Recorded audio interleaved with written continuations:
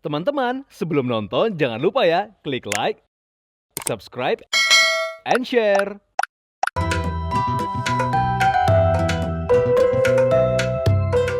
Pencemaran sekanten saya dinten sangsaya cekap mrehatasaken. Inggih pencemaran sekanten ingkang dados musababipun menika antawisipun uwuh plastik, utahan lisah lan ampasing industri.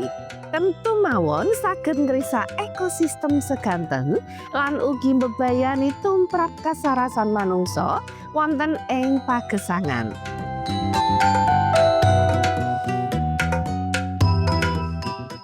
Mandhaping kualitasipun toya lan icalipun maneka warna hayati namung secacah tuladha saking musabab ingkang damel ajrih lan kedah dipun tanggel manungsa amargi pencemaran sekanten menika.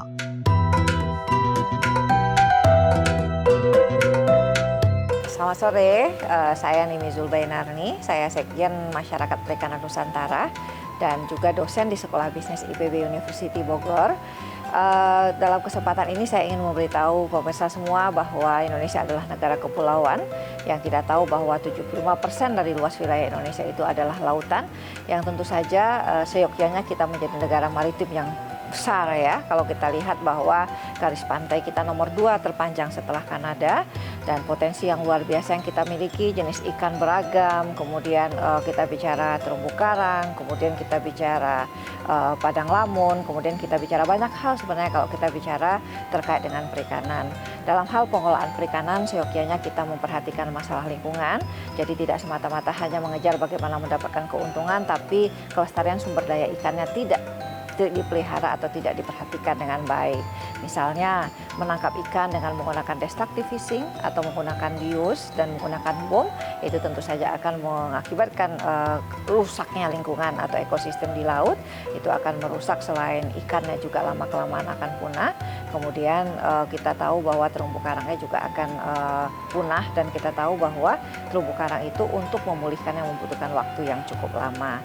Oleh karena itu mari kita bersama-sama melestarikan sumber daya perikanan kita yang luar biasa besar ini, karena dengan potensi yang terjaga dengan baik tentu saja kita akan mendapatkan keuntungan yang jauh lebih besar dan keuntungan yang tentu saja tidak semata-mata mengejar keuntungan ekonomi tapi menjaga kelestarian daripada sumber daya ikan itu sendiri.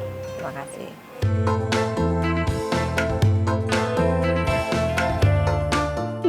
Minangka wujud peduli kagem tansah njagi lan nglestantunaken sekanten sarta ekosistemipun, langkung asta cangkalipun Frida Nursanti damel ageman kekinian kalian printing secacah biota ingkang wonten ing sekanten. Tentu mawon gagasan menika cekap saged ngampanyekaken bab kelestantunan sekanten. Pamirsa, kados menapa koleksi-koleksinipun? Yo, enggal mawon.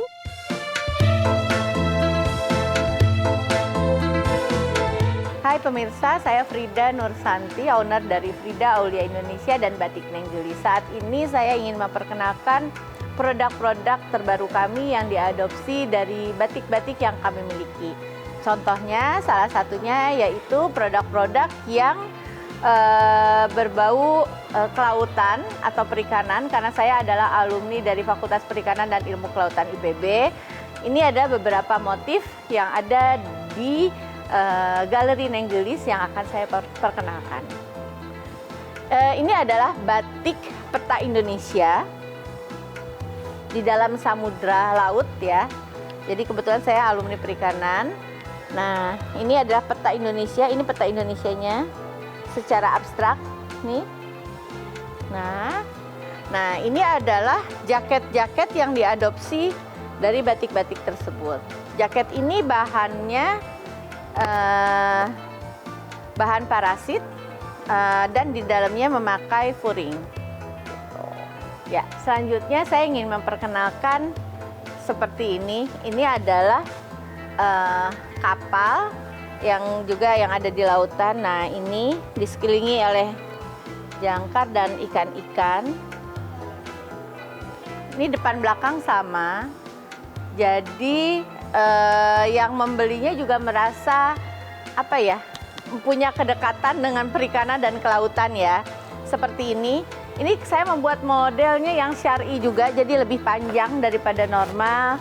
Jadi buat teman-teman yang memakai baju syar'i masih bisa menggunakan jaket-jaket ini dan seperti ini. Nah, jadi bisa buat olahraga, bisa buat jalan-jalan, dan bisa juga buat menjadi hantaran lebaran. Mohon maaf ada namanya karena beberapa sudah di-booking. Nah, jadi ini adalah rumput laut, apa namanya? Nah, biota-biota laut yang harus kita jaga. Nah, ini tadi sudah, ini ada yang syar'i, ada yang enggak, dan ini juga ada turtle, kura-kura dan kerang. Seperti ini. Nah, ini kita punya juga motif ikan tilapia yang dibentuk jaket. Seperti ini. Ini tilapia.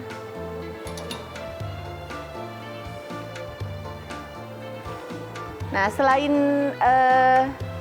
jaket, kita juga bikin dalam bentuk rompi. Jadi seperti ini nih. Nah ini yang syar'inya. Ini rompi syar'inya.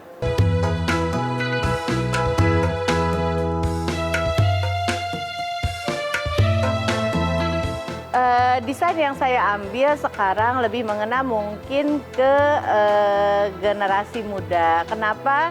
Karena biar generasi muda juga bisa mengenal bukan saja motif batik yang ada dalam jaket, tapi juga generasi muda bisa mengenal biota-biota laut yang ada gitu. Jadi kan kalau misalkan bukan generasi muda atau kita yang menjaga, siapa lagi yang menjaga laut kita? Ini yang terbaru, kita juga punya dominasi warna-warna yang soft dan terang. Seperti ini adalah putih, dan yang ini adalah warna pink. Nah, ini belakangnya seperti ini, yang saya pakai seperti ini.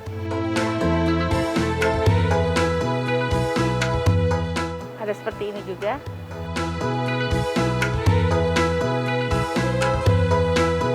Dan ada juga seperti ini. Kalau ini sudah abstrak. Ini desain baru, kami belum ada batiknya, tapi kami mencoba membuat desain-desain baru yang masuk ke generasi muda biar mereka makin suka dengan laut, makin menjaga lautnya, dan bermulai dari ini mungkin bisa mengajak teman-temannya untuk menjaga laut kita. Oh ya pemirsa, ini adalah desain terbaru juga dari kami, aneka motif dari biota laut. Nah, selain diadopsi menjadi jaket, rompi, kita juga membuat voal untuk kerudung, untuk scarf, untuk hiasan di meja seperti ini, dan juga dibikin semacam tumbler, mug, tas, dan lain-lain. Jadi berkenalan dengan laut, kita juga bisa berkreasi menjadi karya kreativitas yang menghasilkan cuan. Jadi mari kita jaga laut kita, dan mari kita perkenalkan kekayaan laut kepada generasi muda dan orang-orang di sekitar kita. Terima kasih.